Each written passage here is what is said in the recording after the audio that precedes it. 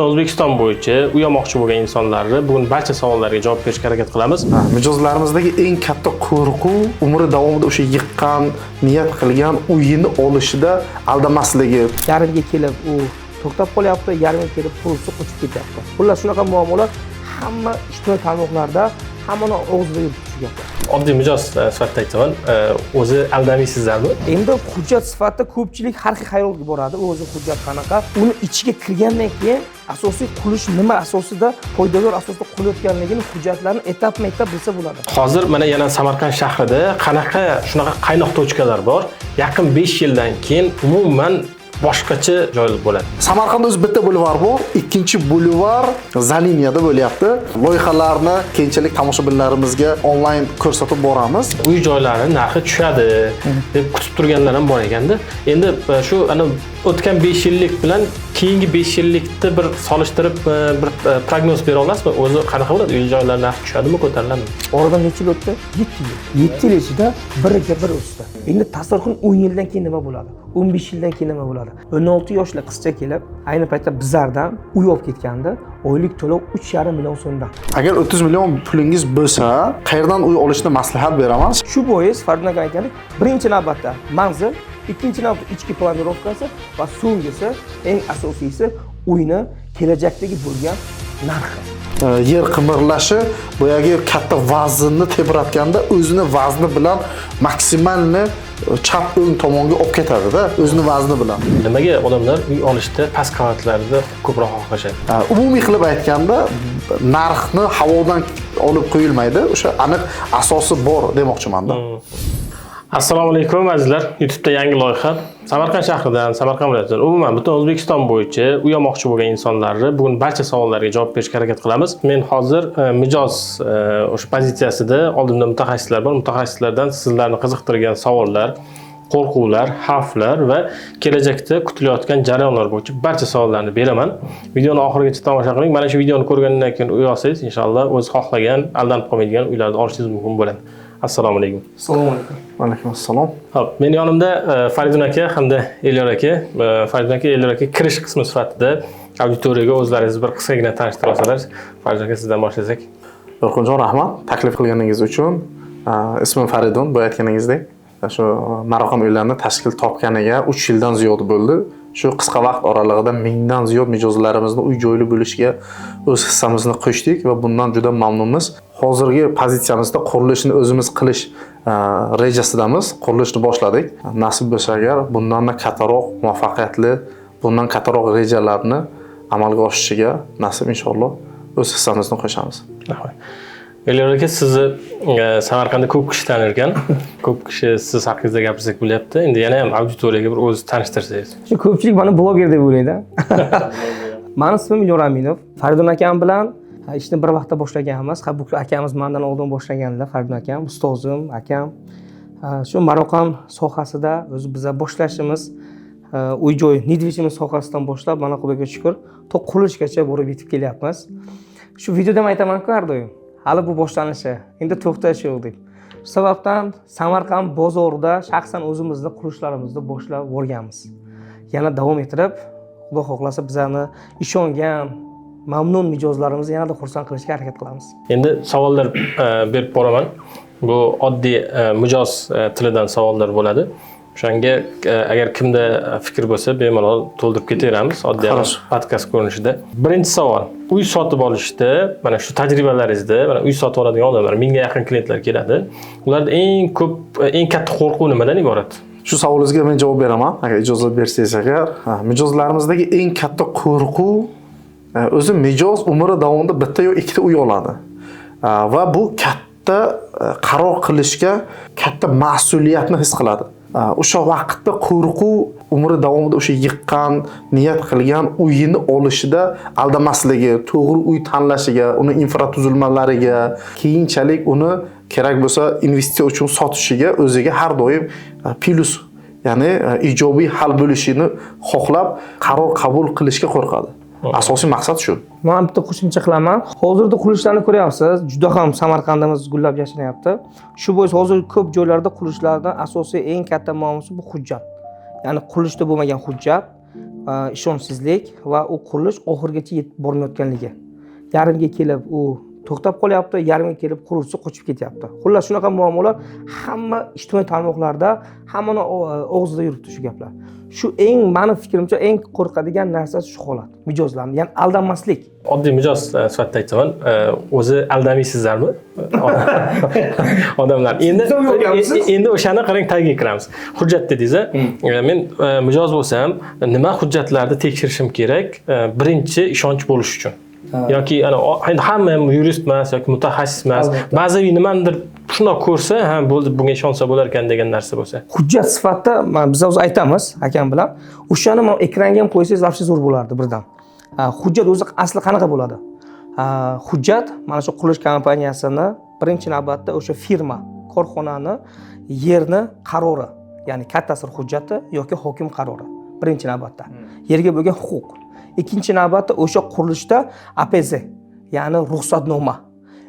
Uchinchisi va etapma-etap kengash xulosasi, ekspertiza xulosasi, hokim qarori va oxirgi etaplari o'sha Городсовет Gasingacha ketadi. Endi hujjat sifatida ko'pchilik har xil xayolga boradi. O'zi hujjat qanaqa? Bizlarning ko'p turgan mijozlarimiz baribir bilishmaydi. Sababi uni ichiga kirgandan keyin asosiy qurilish nima asosida poydevor asosida qurilayotganligini hujjatlarni etapma-etap bilsa bo'ladi. Lekin bizlar bitta plus tomon qilamiz hozir kontent davomida. O'sha bizlar aytayotgan hujjatlarni har birini shpargalka sifatida ekranga qo'yib boramiz. Shpargalkadek o'sha hujjatlarni barchasini qo'yamiz. O'zi asosiy 5 ta hujjat kerak. Mana shu aytib o'tgan, sanab o'tgan narsamiz, ana shu 5 tasi eng asosiysi. Ijtimoiy tarmoqqa qo'yib boramiz. Ko'p aytgandan ko'ra uni ko'rsatsa juda ham zo'r. Endi Faridun aka qarang, biz ijtimoiy tarmoqlarda ko'p ko'ryapmiz-da, hujjati bor quruvchini, aldanib qoldik, pulimizni ololmayapmiz degan videolar chiqyapti-da. Boshida hujjati bor, lekin o'sha qurilish oxirigacha yetmadi yoki bir nechta bitta xonadan bir nechta odamga sotildi.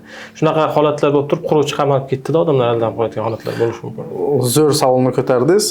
Hamma qurilishni hujjatlari bor, lekin qurilishni ko'pincha quruvchilarning o'zini o'sha qurilish uchun mablag'i yetarli bo'lmaydi. Shuning uchun qaysidir nuqtaga kelganda qurilish to'xtab qoladi. To'xtab qolgandan keyin shartnoma bo'yicha o'sha ma'lum vaqtda mijozlarga o'sha qurilishni bitkazib bera olmaydi. Shu masala doim muammo bo'ladi.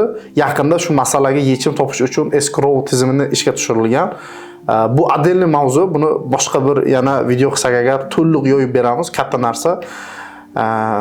Bu ham xalqqa ham quruvchiga, ham mijozga, ham quruvchiga juda foydali deb o'ylayman. Xo'p, tasavvur qilaylik, hujjatlari ham yaxshi, qurilishlari ham joyida bo'ldi. Faridun aka siz aytdingiz boshida, o'sha bir marta qilinadigan xarid. Endi uy xarid qildimda qanaqadir ertaga afsuslanib qolmasligim uchun menga deylik o'sha dom atrofida infratuzilma yoqmay qolishi yoki boshqa atrofdagi qanaqadir insonlardan qoniqmay qolmasligim uchun nimalarga e'tibor berishim kerak uy olishdan oldin? Shu savolga Elyor javob bersin. Ma'lumotni yaxshi biladi. Siz uy olishingizdan birinchi navbatda siz o'sha qurilishni birinchi e'tibor beradigan narsa manzili, lokatsiyasi. Bizlarda odamlar lokatsiyani ko'rmasa uy olaveradilar. Keyin ko'chib kelgandan keyin qoniqarsiz holatlar uchraydilar. Joylashuv yoqmaydi, kommunikatsiyasi yaxshi emas, maktab, bog'cha juda ham uzoqda joylashganligi qiyinchilik bildiradi. Shuning hisobidan birinchi navbatda e'tibor beradigan narsamiz lokatsiya, manzili. Ikkinchi e'tibor beradigan narsa qurilishni proyekti. Ya'ni proyekt deganda fasad ko'rinishi emas, proyekt degani ichki planirovkasi. Hozir eng katta muammo bu gulxo'y uylar. Tasavvur qiling, xonani derazasi, bu xonada deraza yo'q. U nimadan dalolat beradi? U qurilishni shu seysmik jihatdan ana shu proyektni oldindan noto'g'ri loyihalashtirgan sababli ko'pincha proyektlar juda ham gulxo'y, keyin xonalarni hajmi sifatdan noto'g'ri bo'lib tashlagani hisobida uy ichidan regul o'tganlarga xuddi shunaqa regul o'tgan, uyni koridor qismi juda ham katta, uylar juda ham mayda. Shuni hisobidan odamlarga keyin yoqmay qoladi. Keyin nima bo'ladi? Ular olgan vaqtida qaysi muddatda olib shuncha kutib uyni olgandan keyin u yoqmaydi, yana uyni sotishga harakat qilishadi, yana boshqa joydan uy olishga harakat qiladi. Yana shu etapma-etap takrorlanib ketadi. Shu bois Faridun aka aytgandek, birinchi navbatda manzil, ikkinchi navbatda ichki planirovkasi va so'nggisi eng asosiysi uyni kelajakdagi bo'lgan narxi. Nimaga bunaqa deyapman? Har bir kishi uy olishdan oldin uni bizani o'zimizning mentalitet sifatida aytaman. Biz biror narsa olsak, uni sotishga o'ylaymiz birinchi. Mana mashina olaman, hozir men 20 ming dollarga mashina olsam agar, Xudo xohlasa 20 mingga olgan bo'lsam, bir 18 mingga sotaman, -2% zararli deyman-ku. U ham xuddi shunaqa. Недвижимость bu mulk. Sababdan uyni qayerdan olishingizdan qat'iy nazar, u kelajakda o'siydigan joydan olsangiz juda ham zo'r. Zo'r aytdingiz, faqat uyni mashinani zarariga sotaman deysiz-ku, uyni foydangizga sotasiz, lekin foyda ham katta kichikligiga qarab bo'ladi-da. Misol uchun katta kichikligi lokatsiyaga mos kelishi kerak. Shahar markazidagi xonadonlar hozirgi vaqtdagisini aytmayman, chunki hozirgi vaqtdagi xonadonlar shahar markazida juda ham qimmatlashib ketgan. Oldinlari shahar markazidan uy-joy xarid qilsa agar, kamida 1 yil ushlab tursa ham normal foyda bilan chiqardi. Lokatsiya joylashuvi agar infratuzilmasi kelajakda katta rivojlanib ketayotgan joy bo'lsa agar, o'shanga ya'ni investitsiya qilsa arziydi-da. Misol uchun Samarqandliklar yaxshi biladi. Qorasuv massivini misol qilib aytadigan bo'lsak, bir katta ochiq yer maydoni bo'lgan joy hozir katta shaharga aylandi. Bir 3 yil, 4 yil oldin odamlar u yerlar juda shaharni chekkasi olmayman deydiganlar ham infratuzilmasi, kommunikatsiyasi zo'r bo'lganligi uchun mayli qishda hech bo'lmasa yashab turaylik deb olib, toza havosidan, mana bu gaz, svet, suvlardan muammo bo'lmaganligidan asosida o'sha yerga moslashib ketyapti. Zo'r. Mana shu Qorasuv massivi rostdan ham ko'p anaqilarga sabab bo'lgan. Shaharning chekkasi, ochiq joy, dasht degan odamlar ham bo'lganda. Boshida? Ha, boshida. Hozir korzinka bor. O'sha maktab, bog'chalar qurilgan, katta massiv bo'lib ketdi. Endi savol. Hozir mana yana Samarqand shahrida qanaqa shunaqa qaynoq tochkalar bor? Yaqin 5 yildan keyin umuman boshqacha joy bo'ladi. Massiv bo'yicha top 3talik qilamiz. 3-o'rinda Chayni massivi. Hozir bilasiz, Chaynda ham juda ko'p qurilishlar bor. O'sha qurilishlarning ichida bir 10 ta 15 ta quruvchilar qurilish ishlari olib beryapti. 2-o'rinda esa hamma bilgan Zalini. Mana kelajakda Zalini ham ko'ryapsizlar. Juda ham qurilishlar jadal ketyapti, snos ishlar juda ham zo'r ketyapti va 1-o'rinda premium klassi desam ham bo'ladi. Hamma bilgan Dubay shahri bo'layotgan Shirin massivi. Hozirda Shirin massivini ko'p kishi nazarga olmayapti. Sababi ular bo'sh joy, Qorasuvning masalasi qanaqa bo'ldi? Bo'sh joy qayerda bo'ladi, u yerda qachon gaz keladi, qachon kommunikatsiyaga o'chib keladi. Shu sababdan hozirdan agar kim niyat qilgan bo'lsa, Shirin massivi Samarqanddagi Dubay loyihasi bo'ladi kelajakda. Baribir odamlar tasavvur qilish qiyinroq bo'ladi-da. Mana o'sha yani Qorasuvda ham gapirdikda natija chiqqandan keyin ko'p kishi ko'rdi, tushundi. Zalinada hozir ko'p shov-shuvlarga sabab bo'lyapti, sinovlar bo'lyapti. Ertaga kelajakda uni ko'rinish qanaqa bo'ladi? Visionni qisqacha tasvirlab bera olasizmi? Zaliniyada birinchi o'rinda nima uchun sinos ketdi? Zaliniyada o'zi uylar juda ham nostandartlashib ketdi. Samarqandliklar hammasi biladi, Zaliniya o'zi bir chorniy spiskka kirdi desak ham bo'ladi. U yerda sinos bo'layotganligi, u yerda ko'p qavatli uy bo'layotganligi, uy olmaydigan mijozmi, u tomoshabinmi, u samarqandlik desak, u xursand bo'ldi-da. Zaliniyani sinos bo'lib katta obodonlashtirish ketib, uni loyihasini ko'rasiz-ku, maza qilasiz. Samarqandda o'zi bitta bulvar bor, ikkinchi bulvar Zaliniyada bo'lyapti. Loyihalarni keyinchalik tomoshabinlarimizga onlayn ko'rsatib boramiz. Shu holatda Zaliniya musiqali fontanlari bo'ladi degan gaplar bor, rostmi emas? Ha, musiqali fontanlar, bulvar bo'layotganligi, ko'chalar keng joyda, o'zi vokzal hududida uy Gagarina vokzal hududlarida недвижимостni, ya'ni ko'chmas mulkning narxi ancha qimmat. Talab Zaliniyada endi bitta most nimasidan, most yo'lidan, temir yo'l nimasidan, yo'lidan narigi tomonda katta massiv quriladi. Ya'ni 300 gektarlik massiv qurilayotganligi odamlarning shu ehtiyojini qondirib berayotganidan davlat beradi-da. Elyor aka, bizlar Shirin massivini ko'p eshitdik. Ikkinchi Dubay, unaqa hozir internetda ma'lumot izlasa ko'p. Xuddi shunaqa qilib, siz ham Zalinani bir kengroq tasvirlab bera olasizmi? Ertaga 5 yildan keyin Zalina qanaqa joy bo'ladi? Erta 5 yildan keyin bilasizmi qanaqa bo'ladi? Turkiyaga borganmisiz? Yo'q. Bormagansiz. Turkiyada ko'p qavatli binolarni ko'rgan bo'lsangizlar, juda ham noodatiy va noan'anaviy qurilishlarda. Sababi yerni tekisligini hisobida va yerni mana no tekislik hisobida binolar juda ham chiroyli ko'rinadi. Qaysidir bino 4-etaji, qaysidir binoning 16-etaji bilan teng. Zalinada shu proyekt noodatiy va noan'anaviy bo'ladi. U bir. Ikkinchisi, Zalini qurilishida osma ko'priklar bo'ladi. Hozir danli moment ko'prik qurilish ketyapti-ku, o'tgandan ikkinchi etapida osma ko'prik bo'ladi. Va kelajakda Fardun akam to'g'ri aytdilar, bizada Samarqandda hamma bilgan, bizlarni viloyatdagi bilgan bulvar Zalinda ikkinchisi bo'ladi. Va Xudo xohlasa o'sha Zalinida ham bizlar bitta niyat qilganimiz bor, ya'ni qurilishimizni joylashuvi bor. Xudo xohlasa bizlar ham Zalinini bulvarini oldida bitta qurilish niyat qilganmiz. Va tez orada uni barcha bizning obunachilarimiz, bizani kuzatib borayotgan hamshaharliklarimizga ma'lum qilamiz. Tez orada bo'ladi lekin. Endi yana bitta shu mavzuga yaqinroq savol. Hozir internetda ham qo'yapti. Shu uyda o'tgan yil olish kerak edi, shu uyda o'tgan yil olish kerak degan anaqa mazmunda. Shunaqa anaqalar ham bor, talab ko'payyapti, taklif ko'payyapti. Shunga mos uy joylari narxi tushadi deb kutib turganlar ham bor ekanda. Endi shu ana o'tgan 5 yillik bilan keyingi 5 yillikni bir solishtirib bir prognoz bera olasizmi? O'zi qanaqa bo'ladi? Uy joylar narxi tushadimi, ko'tariladimi? Nafaqat 5 yillik, balki 10 yillik, 15 yillik statistika bilan gapirsak ham bo'ladi. Uy joylarning narxi tushadi degan hali ehtimoliyat nolga teng. Sababi hali odamlar ehtiyoji uy joyga juda baland. Bizning mentalitetda bilasiz, hamma ko'p farzandli, yildan yil 1 millionga ko'payish nimasida turibmizda. Bu degani hali uy joy bizlar hech bo'lmasa SNG davlatlarni bir rivojlangan shaharlari kabi uy joylarga sayrob bo'lish uchun kamida bir 20-30 yil vaqt kerakda. Bu degani 20-30 yil hali qurilishlar to'xtamaydi. Hali odamlarning ehtiyoji o'sha vaqtgacha boradi deb o'ylayman. Bu uy joylarning narxini tushish ehtimoliyati yo'q hali. 2018-yil men uy olganman.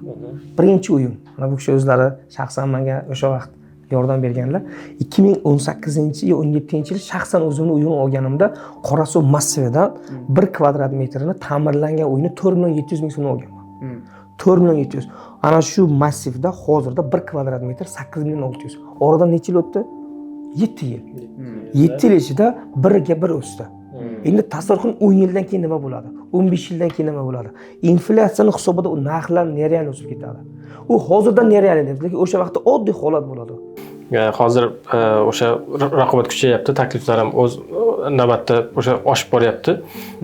Endi undan oldin men bitta savol kelib qoldi. Uyni katlavan holatida olgan yaxshiroqmi yoki tayyor holatida olgan yaxshiroqmi? Savol juda o'rinli bo'ldi. Agar mijozlarimiz olayotgan uy xarid qilmoqchi bo'lgan mijozlarimizni yashashga joylari bo'lsa, katlavandan olganlari yaxshiroq. Agar yashashga joylari bo'lmasa, endi uy joylari yaxshi bo'lmasa, yo qandaydir kelishmovchilik, oiladagi kelishmovchiliklar, shunaqa endi har kimning vaziyati har xil, shunaqa holat bo'lsa, agar tayyorroq variant olganlari yaxshiroq. Hozir mana 5 yilga, 60 oyga foizsiz muddatli bo'lib to'lash takliflari bo'lyapti. Har xil takliflar bo'lyapti, remontli, remontsiz degan. Qaysi takliflar o'sha haqiqatga, reallikka yaqinroq deb o'ylaysiz? Remont bo'yichami yoki muddat bo'yicha ham, remont bo'yicha ham? Remontli uy olgan yaxshiroq, chunki buni Instagramdagi videomizga aytib chiqqandim. Sababi bitta o'zingiz bitta xonadonni remont qilish uchun 2 xonalik xonadonni o'zingizni ko'nglingizdagidek remont qilish uchun 10 ming dollar pul ketadi. Misol tariqasida, quruvchi tomonidan qiladigan bu remont aynan siz xohlagandek bo'lsa ham kamida 6 ming, 7 ming atrofida ketadi. Sababi qurilish materiallarini katta ob'yomga oladi va ustani ham ko'tarasiga kelishadi. Shundan farqli jihatda siz arzon chiqadi. Yana ustaga qarasiz, vaqtingizni ajratishingiz kerak, materiallar olib kelishingiz kerak. Shunga ham vaqtdan ham naqddan ham yutqazasiz. Muddat masalasiga kelsak agar 5 yillik muddat aslida noto'g'ri tushuncha, uni muddatini qisqartirish kerak. 4 yillik, 3 yillik, lekin muddatini qisqartirsa agar quruvchiga ham ziyon bo'ladi, oluvchiga ham. Quruvchiga ziyon bo'ladigan tomoni summasi katta bo'ladi. U uyini sota olmaydi. Arzon qilsa agar smetaga to'g'ri kelmaydi. Majbur u qimmatroq qilib o'sha 3 oylik halol nasiya qilsa agar oylik to'lovini xalq ko'tara olmaydi. Xalqning minus tomoni shu, ya'ni oylik to'lovga qiynalganligini hisobga olib, quruvchilarimizga mingdan ming rahmat, shu narsani 5 yillik, ya'ni mijozlarni xalqning cho'ntagiga mos tarzda mana shu narsani halol nasiya savdoni yo'lga qo'yib berishgan. Esingizda bo'lsa 5 yil, men faqat shu misol qilyapman orqani. 5 yil oldin kim bilardi oylik to'lov 3 millionga, 4 millionga uy olishni? Ha? Hozir men oxirgi marta o'zim shaxsan shartnoma qilib, o'zim shaxsan tabriklab bergan mijozimiz, bitta singlimiz, biz agar ko'rib turgan bo'lsa, o'sha singlimiz 16 yoshda. 16 yoshli qizcha kelib, qiz bola kelib, ayni paytda bizlardan, ya'ni Daniel Lagerdagi loyihamizdan uy olib ketgandi, oylik to'lov 3,5 million so'mdan. O'shanda men qizchaga shartnoma qilib, sovg'a qilib, tabriklab berganimda o'zimga o'zim savol berdimda, 16 yoshimda men uy olarmidim? Mani vaqtimda shunaqa vaziyat bor edimi? Yo'q. Yo'q. Hozirda juda ham uy olishda sharoitlar, imkoniyatlar keng. Tushunasizmi?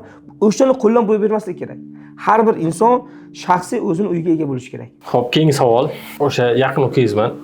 30 million qo'limda pulim bor, uy olmoqchiman. Bu savolga javob o'sha yaqin ukangizga beradigan tavsiya sifatida nima tavsiya berasiz? Qachon uy olay, qayerdan olay? Zo'r savol berdingiz. Agar 30 million pulingiz bo'lsa, qayerdan uy olishni maslahat beraman. Shahar markazida bunaqa taklif yo'q. Ya'ni 30 million berib qolganini shu 5 yilga, agar siz 30 millionga shahar markazida taklif bo'lsa ham, uni 5 yillik rassrochkasida, ya'ni 5 yillik halol nasiya puli bir xonalik uchun kamida adashmasam 8-9 million, 10 milliongacha atrofida bir xonalik uchun oylik to'lov. Bu ham bo'lsa hali katlamandan bo'layotgan yoki ma'lum bir qismi ko'tarilayotgan uy-joylar bo'ladi. Siz 30 millionni qurbini yo'qotmasdan, siz o'zingizning imkoniyat darajangizdan kelib chiqib, keling 5 milliondan 2 xonalik uy olamanmi degan savol agar berganingizda men aytardim, ha. O'sha Zaliniyadagi loyihamizdan 30 million bilan bemalol oylik to'lov 5 milliondan 2 xonalikni bemalol xarid qilish imkoniyatiga ega bo'lasiz. Bu taklif hammaga bera olasizmi? Barcha yurtdoshlarimizga bera olaman. Barcha yurtdoshlarimizga, chunki muhtaram prezidentimiz shuncha shart-sharoitni bizga yaratib bergan. Nasib bo'lsa agar nafaqat Samarqanddagi, boshqa viloyatdagi mijozlarimiz ham, yurtdoshlarimiz ham kelib o'sha xonadonlarni xarid qilish imkoniyatlarini yaratib beryapmiz. Mana shu yaqin 3-5 yil ichida mana shu Zalina shahar markazi bo'ladimi shundagi? 30 millionga pul to'lab oldim. 3-5 yildan keyin Zalina shahar markazi bo'ladi. Men bemalol shahar markazida yashayman deb 2026-yil to'liq shahar markazi desangiz ham bo'ladi. Sababi binolar ko'tarilsin, xalq ko'rsin shaharni, keyin ko'rasiz. Qanaqa shaharda uy olganini. O'zi shundoq ham markazda joylashgan. O'sha 30 million pulimni hozir uy olganim yaxshimi yoki kutib turganim yaxshimi? Uy-joylarning narxi boya aytganimdek tushish ehtimoliyati qiyin masala. Balki tushar kelajakda bir 20-30 yildan keyin, u ham bo'lsa-ga o'sha paytning narxidan tushadi. Hozirgi holatdek bo'lmaydi. Siz 30 millioningizni olib qo'ygan taqdiringizda ham o'tgan yil 30 millioningizni qurbi bu yilgi 30 milliondan ko'ra qurbliroq edi. Hozir o'sha narsani qurbi ancha tushib ketgan. Buni logikni o'ylab qaraganda. Siz hozir video chiqib ketdi-ku, shu yil olsam bo'ladi deb 2020-yil, 2021-yil, 2022-yil shu yil olsam, o'tgan yil uy olishim kerak edi, o'tgan yil uy olishim kerak degan o'sha narsani urg'u bergan, ular aslida to'g'ri fikrda. Siz hozir o'ylab o'tirguncha tavakkalni bosadi deydi-ku. O'sha masalada 30 million uchun hozirdan to'lov qilib xonadon xarid qilish kerak, tamom. Zo'r. Endi mana xonadon xarid qildim ham. Keyingi etapga o'tamiz. Keyingi etapda mijozlarimizda qanaqalari bor? Qurilish sifati degan narsa. Har xil anaqalar bor. Kimdir gazoblokda, kimdir pishkang'ichda, monolitniy domlar degan mutaxassis sifatida sizlar bilasizlar. Endi bitta tavsiya beringizlar. Nimadan qo'rqish kerak, nimadan qo'rqmaslik kerak? O'sha misol uchun gazoblok rostdan xavflimi? Qaysi holatlarda xavfli yoki qaysi holatlarda xavfsiz? Nimalarga e'tibor berish kerak? Men aytyapsiz, baland binolar bo'ladi. Baland binolarda qo'rqmay yashashlik uchun. Yorg'in aka qarang. Qurilishda bu aytyapsiz, gazoblok, g'isht, xavfsiz, xavfli. O'zi binoni har bir seysmik binoni qurilishda etaplari bor. Bino o'zidan o'zi quruvchi qurmaydi.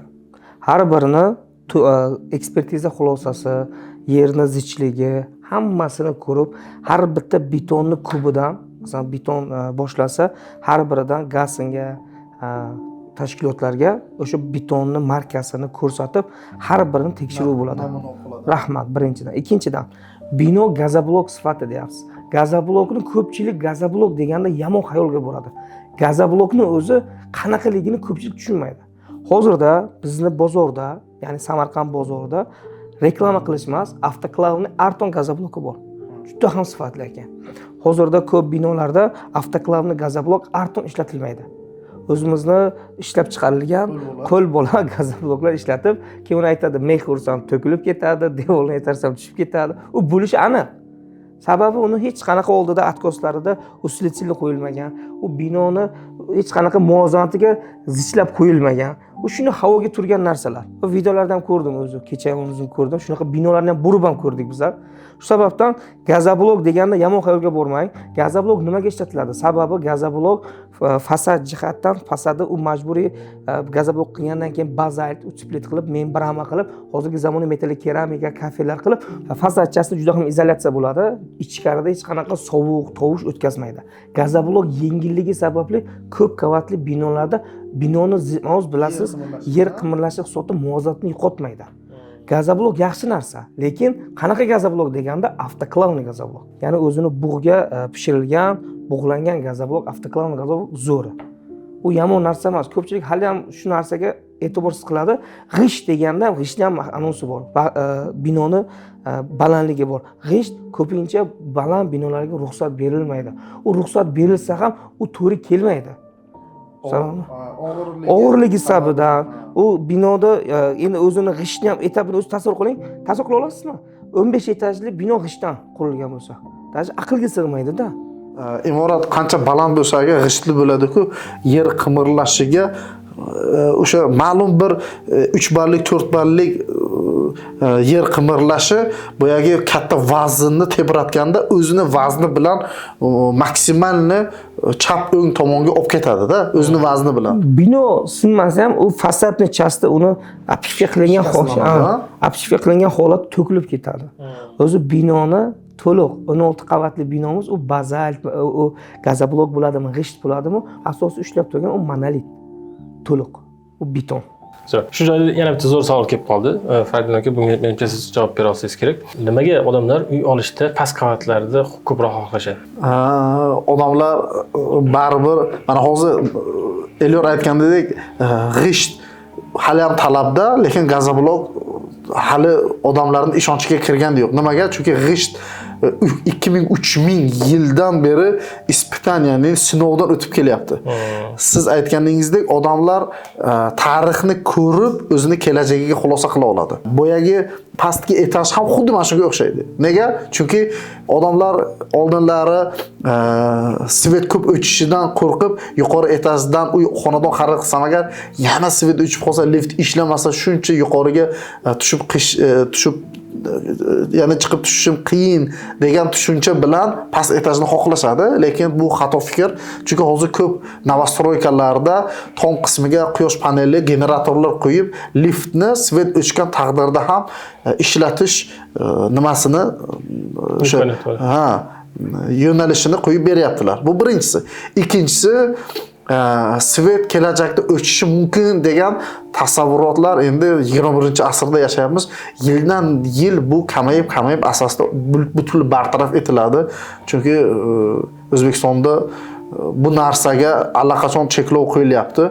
Asli bu kelajakda butunlay bartaraf etiladi. Yuqori etajlarni past etajlardan afzallik jihatlari juda ko'p. Chet elda ishlab yurgan mijozlarimiz bu narsaga yaxshi bilishadi. Chet elda har doim yuqori etajga talab bor. Ishdan charchab kelasiz, bir derazadan, balkondan manzarani ko'rib stressdan xoli bo'lishingiz, toza havodan bahramand bo'lishingiz, past etajda albatta shovqin bor, tepa etajda bu narsani shovqin kamligi, mana shu holatlarni plus tomonlari juda ko'p. Shuning uchun past etajdan xonadon xarid qilish noto'g'ri demayman. Hammaning o'zining tanlovi bor, lekin yuqori etajdagi negativlari mutlaqo xato. Keyingi savol. Uy tanlayotganda hamma mutaxassis emasda, boya siz aytdingiz gulohoy xonalar, shunga o'xshash gaplar bo'ldi. Endi shunaqa bir tavsiya bering. Hamma ham uyni planirovkasini tushunmaydi-da. Deylik, men yosh oilaman, 2 ta farzandim bor. Qanaqa planirovkalar men uchun idealni bo'ladi? Nimalarga e'tibor berishim kerak planirovka tanlayotganimda? Tanlayotganingizda 2 ta farzandingiz bor, yosh oilasiz. Xo'sh, birinchi navbatda siz necha xonali bo'lmoqchisiz? 2 xonali, 3 xonali? 2 xonali. Yosh oilalarga tavsiya beradigan narsasi, birinchisi, xonangizda birinchi bo'ladigan narsa sanuzellar razdельно bo'lishi kerak. Alohida. Birinchi e'tibor beradigan narsa. Sababi o'ylaysiz, farzandlaringiz ham katta bo'ladi. Sanuzel birinchi navbatda alohida bo'lishi kerak. Ikkinchi navbatda har bitta xonadonni alohida hech qanaqa studiya variant emas. Ya'ni to'g'ri alohida yotoqxona bo'larniki, alohida родительский, alohida mehmonxona. Plus oshxona. Oshxona kvadrat anonga qo'shilmaydi. Ha, xonaga sonsiz qo'shilmaydi. Xo'sh. Xonadoningizga e'tibor beradigan narsangiz bolalarning uyi, родительский spalni, mehmonxona, hamma uylarda deraza bo'lishi kerak. Ba'zi uylarda shaxsan o'zimiz ham shunaqa boshda qurishimiz bo'lgan. Endi to'g'ri tushunasiz, yerni va bizada bo'lgan o'sha ob'yomimizga to'g'ri kelmadi bizning qurishimiz. Bolalarning yotoqxonasini derazasi yo mehmonxonadan yoki родительский spalnidan bo'lib qolgan. Bu juda ham xatolik. Bizlar ham uchrab qolganmiz shu holatga, u xatolikni boshqa qaytarmaymiz deb o'zimizga va'dalashganmiz. Umuman qaytarmaymiz. Hech qaysi bolaning uyida derazasiz bo'lishi mumkin emas. Bolaga nur kerak, havo kerak. U bo'lmaydi bunaqa umuman. Siz oladigan uyingizni kvadraturasi birinchi navbatda ikki xonali uyning o'rtacha kvadraturasi 48 kvadratdan, o'rta 48-50 kvadratdan boshlanib 60 kvadraturaga sizga idealni yosh oilaga bo'ladi. Uy ikki xonali ideal hammasi planirovka plus bitta balkoni bilan. Balkonsiz uy bo'lmaydi. Balkon asosan har doim kerakli bo'lgan narsa, u sizga asosiy sushilka xizmatini qiladi. Qo'shimcha qilaman, xavfsiz bo'lishi uchun hozirgi holatda balkon mana bu pojarni nima deydi, xudo ko'rsatmasin, har ehtimollarga qarshi pojarnidagi o'sha lestnitsalarni ta'minlab berishi uchun ham hozir Eliyor bitta mavzuni aytdilar, umuman qo'lxo'y xonalar bo'lmaydi deb mijozlarimiz negativ yozishadi. Bu tabiiy holat, nimaga bo'lmasa o'zlaring shunaqa qo'lxo'y bo'ldilar deb u narsa go'hida majbur bo'lganmiz shunaqa narsa bo'lish uchun. Bu narsaga albatta yechim bor. Hozir mijozlarimiz bu narsani tushunmaydida, demak tupikka kirib qoldikmi degan tushunchaga keladilar. Yo'q, bu narsaga oddiy yechim o'sha remont vaqtida patologni tepa qismidan ventilyatsiya qilish, ya'ni havo sirkulyatsiyasi uchun albatta ventilyatsiya qilinsa agar bolalar havosini, xonasini bemalol o'sha tozaligini, toza havosini ta'minlab beradi. Hozir mayda chillerlar ham chiqqan-ku. Mana hozir demak takliflar ko'plab quruvchilar har xil o'sha takliflar bilan chiqyapti bozorga. Yana oddiy iste'molchi pozitsiyasidaman men. Kimdadir kvadrat metri qanchadir X summa, kimdadir Y summa. Keling bitta o'sha mijozlarimizga ham, oddiy insonlarga ham tushunarliroq bo'lishi uchun bir asoslar beringchi. O'sha misol uchun qaysidir kvartirani kvadrat metriga narx qo'yilayotganda nimalar asos bo'ladi? Men ayrim holatlarda yer narxidir, qurilish materiallari narxi, mana shunaqa narsalar bor. O'shani qisqagina ochib berish mumkin bo'lgan joylargacha ochib bera olasizmi? Ikkita narsa. Birinchisi yerni smetasi, ya'ni yerni narxi, tan narxi. Ikkinchisi qurilish smetasi. Ana shu ikkita narsa qo'shilgandan keyin eng asosiy uchinchisi esa inflyatsiya muddati. Ishoning, sababi inflyatsiya muddatini qo'shmagan holatda hech qaysi quruvchi sizga uy taklif qila olmaydi. O'sha 3 ta narsa etap qo'shilgandan keyin asosiy uyning kvadraturaning narxi kelib chiqadi. Yer narxi, себестоимость qurilish plus inflyatsiya. Hozir Eliyor aytgandek 3 ta asosiy narsa, endi uni ichiga kirsak juda katta masala bo'ladi. Umumiy qilib aytganda narxni havodan olib qo'yilmaydi, o'sha aniq asosi bor demoqchiman-da. Xo'p, zo'r bo'ldi, savollar ham ko'p bo'lyapti. Yana videomiz ham cho'zilib ketib, o'shaning uchun yakunlov qismiga sekin o'tmoqchiman. Xulosa o'rnida uy olmoqchi bo'lgan insonlarga top 3 ta maslahat bilan yopsakda, shu o'sha joylashuv nuqtai nazaridan bo'lishi mumkin, narx nuqtai nazaridan bo'lishi mumkin deb aytsalaringiz. Birinchi masalada reklamalarni ko'rib hissiyotga berilib, birdan kelib xonadon xarid qilmaslik kerak. Aniq bitta qarorga kelib, o'zingizni imkoniyatlaringizdan kelib chiqib, o'sha byudjetingizga qarab qaror qabul qilib uy olishni, tangani ikkinchi tomoni bor. Uy olish konkret niyati bor, qo'lda mablag' ham bor, qo'rqib turgan mijozlarimizga kelsinlar, qaror berishga aniq yordam beramiz. Chunki ularning qo'rquvlari nimadaligini biz yaxshi bilamiz. Shu masala. Keyingi masala lokatsiya joylashuvi. har bir kasb egasi o'zini sohasida mutaxassis. Power o'zini sohasida boshqa soha vakillari bilan maslahat qilmasdan, xalqimizda bitta yomon odat bor. O'sha soha vakili bilan maslahat qilmaydi-yu, sohaga taalluqli bo'lmagan inson bilan maslahat qiladi. Endi nima qilasan? Hali uy narxi tushadi desa agar, boshqalarning fikri bilan qaror qabul qilib, uy joy olmaydi, narx ko'tarilgandan keyin nega o'sha paytda olmadim degan hissiyotlarga berilmasdan o'sha uy joy oladigan, biz o'zimizni aytmayapmiz, umumiy qilib aytganda, o'sha mutaxassis bilan maslahat qilib qaror qabul qilishlarini taklif berib qolamiz. Mandami? Xo'sh, birinchi navbatda olayotgan joyingizni, olayotgan domingiz, ya'ni ko'p qavatli binoni e'tibor bergan narsa hujjati. Ana shu boya sanab o'tilgan 5 ta asosiy hujjatni ko'rib chiqib, o'sha uyni keyin oling. Ikkinchisi, lokatsiya joylashuvi. Ya'ni aniq bo'lgan massivni tasavvur bilan kelgan joyda tasavvur qiling. Erta mana shu yerda uyim bo'lsa, qayerda maktabim, qayerda bolalarim bog'chasi, uyimni ishimgacha, dala hovlimgacha to'liq hamma massivni o'rganib chiqing. Uchinchisi, albatta, to transportgacha, ko'chani chiqishigacha, necha metrdan keyin chiqadi, necha metr shaharga kiraman, necha metr dala hovlimga boraman, hammasini ko'p. Va uchinchisi, ta'mirlangan uy osildi. 3 ta sabab.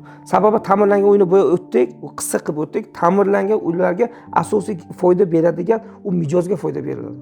Sababi ular rassrochkaga ta'mirlangan uy olsalar, ular hamma narsaga yutadi. Ular inflyatsiyaga yutadilar. Pulini yig'ib yemon qilguncha kam qilib ta'mirlangan uy oladilar. Erta kelajakda hozir olayotgan bitta oddiy misol xomashyomiz, uyga ishlatiladigan, remont uchun ishlatiladigan uylar kundan kun narxi oshadi. Lekin ular o'sha narxda себестоимость shartnoma qilib o'sha narxga to'lab boradilar. Juda ham yutadilar, birdan kirib yashaydilar. Hech qanaqa vaqt yo'qotish, pul to'plash, kelajakda yana boshqadan sarmoya qilishni o'ylamaydilar. Shu sabab 3 ta asosiy menga. Rahmat. Mazza qildim to'g'risi. Ko'rgan odamlar ham mazza qilgan bo'lsa kerak. Bu birinchi sonimiz. Agar kuzatuvchilarimizda qiziqish bo'lsa, balki boshqa mutaxassislar bilan ham shu stol atrofida o'tirib, yana aniq qilishimiz mumkin, suhbatlashishimiz mumkin. Arxitektor, dizaynerlar, albatta. Yuristlar bilan do'xolasa. Albatta. Fikrlaringizni yozib keting, savollaringizni yozib qoldiring. Qanaqadir savollar bo'lsa, sizning fikrlaringiz bo'lsa, mana shu videoga bosgan layklaringiz boshqalarga ulashishingiz bilan mana shu loyihamiz bardavom bo'lishiga hissa qo'shgan bo'lasiz. Agar nimadir foyda ko'rgan bo'lsangiz yoki nimadir bilmagan narsangiz o'rgangan bo'lsangiz, izohlarda albatta yozib qoldiring. Bu bizga keyingi qadamlarimiz uchun fundament bo'ladi. Qurilish sohasida sizga qiziq bo'lgan savollarni mana shu video ostida yozib keting. Keyingi sonlarda mana shu savollarga albatta javob beramiz.